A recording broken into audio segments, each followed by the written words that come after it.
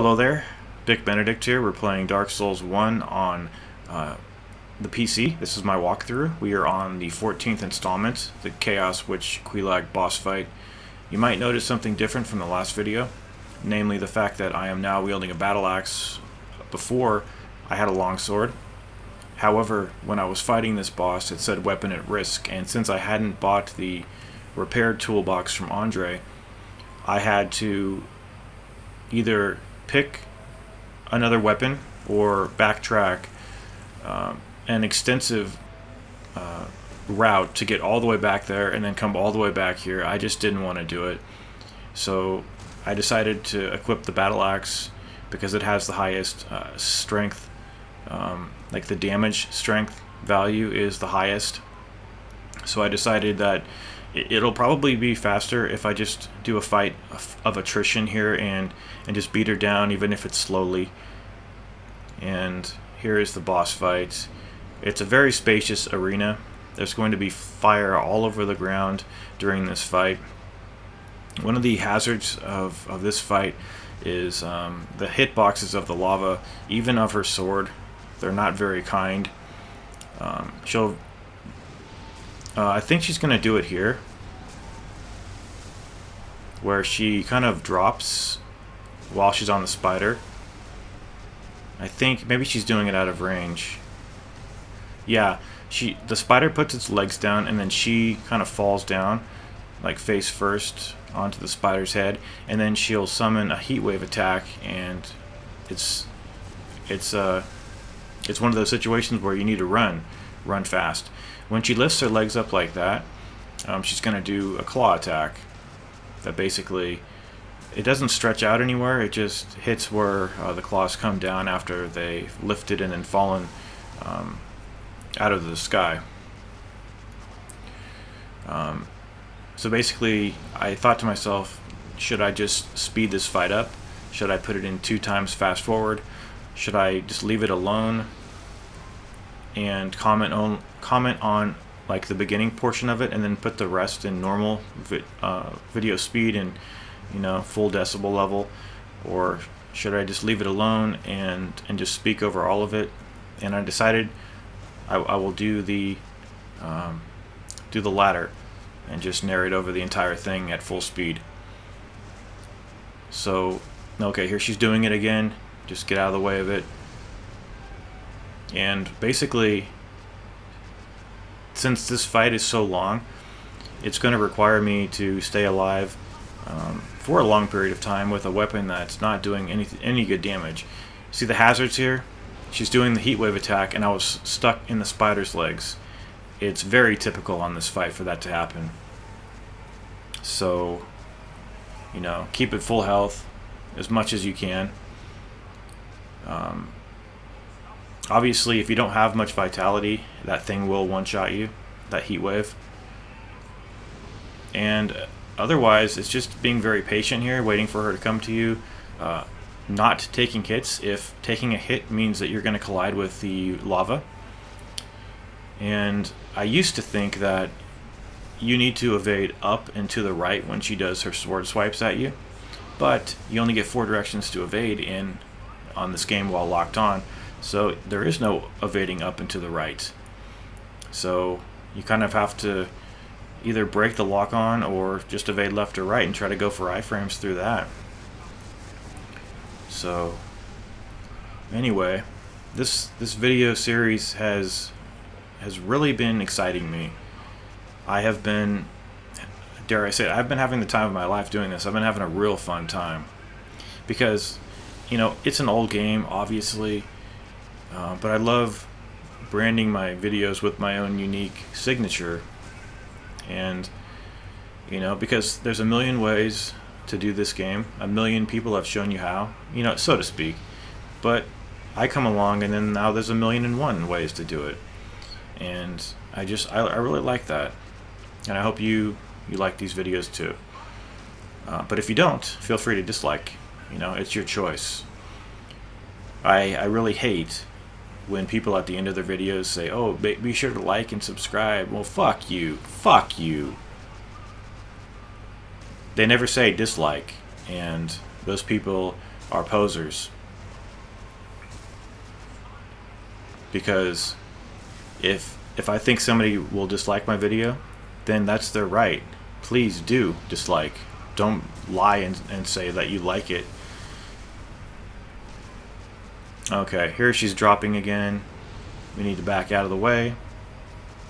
And as you can see, I mean, the battle axe, you might say, you know, why is your battle axe so weak? It's weak because I picked it up off of a hollow in the Berg, and I never upgraded it. And I can't upgrade because I don't have the ability to repair and you know, modify everything at the bonfires quite yet. Not until we get to Sen's Fortress am I going to buy those things. So that definitely was a mistake. I didn't foresee anything breaking, honestly. So you learn things every time you play this game, even if you've played it a lot. So the fight is pretty easy, even though we had to stay alive for much longer than we normally would have to with a stronger weapon. And we're basically just waiting for her to fire her lava off, and then heading to the left or to the right of her, depending on where we're situated, and then just going in for some strikes. I mean, there isn't that many, excuse me, there aren't many attacks that she has that are like brutal. I mean, look how much that took away. We can live with it. It is pretty hefty, I realize that, but that's the highest thing she does for damage. And it's easy to evade it, but as you can see, I mean, if you're stuck under her damn legs, you're fucked, man. But yeah, I've been learning so many new things. I've been looking into weapon scaling a little bit. I still don't know what it is completely. In fact, I hardly know what it is at all still. But I'm still new to the game. I've only beat the game one time. Well, twice, technically. Yeah. You know? And anyway, so let's look forward. Excuse me. Where's my water? Let us look to the future a little bit to see what we're going to be doing in this guide that is coming up. In the next video, we're going to meet this woman's sister below. We're going to ring a bell. We are going to do the Ceaseless Discharge boss fight. We are going to pick up another Firekeeper soul back in the Blight Town. And we're going to be heading back to Sen's, or I should say heading to Sen's Fortress, since we never were there in the first place, although we were close to it being in the Undead Parish.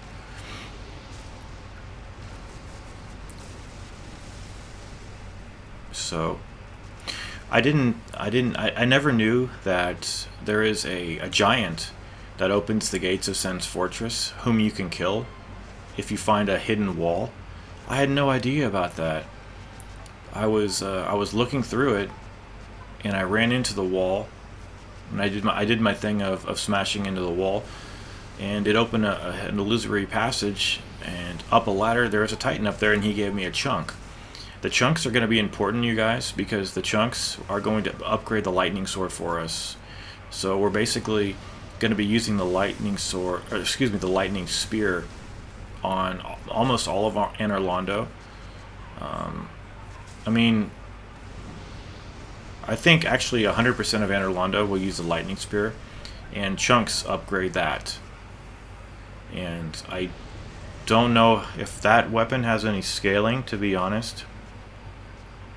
I'll have to double check. It looks like I'm going to use a humanity over here.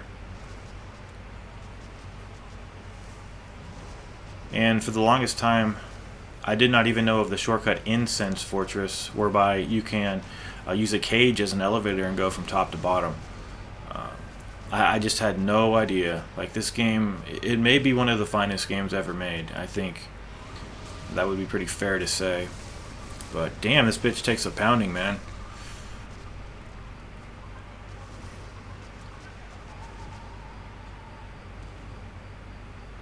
But I think what can be learned from this fight is that it's not hard to stay alive.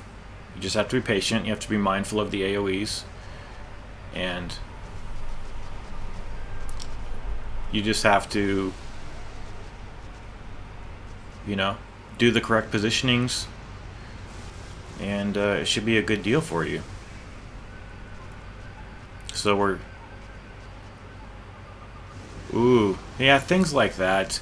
I mean, I must have been cursing while that happened. I think I remember that one, actually. It's just, the hurt boxes are not generous enough on this fight. Like, the lava, they have hurt boxes where if you approach them, you get hurt. And I think they should have been scaled back a little bit. Okay, so she's breathing fire, she's jumping away. It looks like she's going to do her claw attack right there, so you don't want to be near any of her claws when she does that. You don't need to run away, but you do need to position yourself far enough so that they don't stab you. And yeah, we're just doing a fusion here of using the lock-on and not using it. See, we're backing off a little bit because we have some lava coming. Back off, Bick. Oh, and the reason I named myself Dick and not Bick, it was not a typo. I had left a troll comment on a Casey Neistat video because I loathe that guy. If he died tomorrow, I would have a party.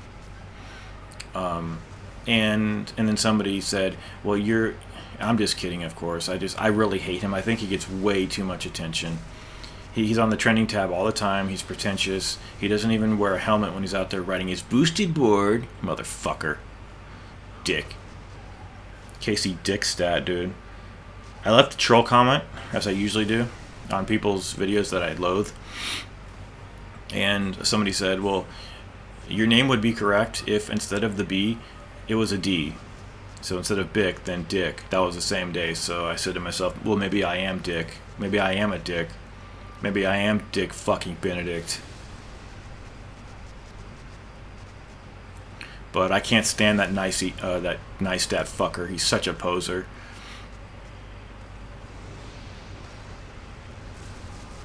And this is he's just a vlogger. And he wears these sunglasses because he's got a broken face. It's just not fair, because there's people like Haddo who have less than 250 subscribers on their channel, and oh, bullshit. And they're not on the trending tab. Why does he get to be on the trending tab? You know what? He gets too much exposure, and I realize YouTube is doing it because they're just trying to get more money for themselves, because they know he's popular. Put him on the trending page, more people will click on his videos, more ad revenue for Casey, but more importantly, more ad revenue for YouTube. Never mind that nobody else gets to be on the trending tab, like people like Haddo, who should be on there. And the thing is, it's fine if you want to put that Neistat fucker on there once, but don't put him on there like every other day, or every 3 days, or every week. That's not fair to other folks. It's bullshit.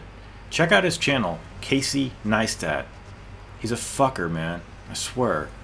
Like, I've never hated someone as much as him, but I think I hate him mostly because they're giving him so much exposure. It's not necessarily him, but every time I see his fucking ugly face on the trending page, I get pissed. I loathe that guy, man. Seriously fucking loathe that bitch. I swear, he is such a goddamn poser. I think the only other person I might loathe as much is that plagiarist called Matthew Santoro with his ice white teeth. This guy's got such fucking white teeth, it's ridiculous. He doesn't even deserve to have teeth, bitch. Okay, so we've taken this bitch down finally, and now we could reap all the rewards that we need to. Take care.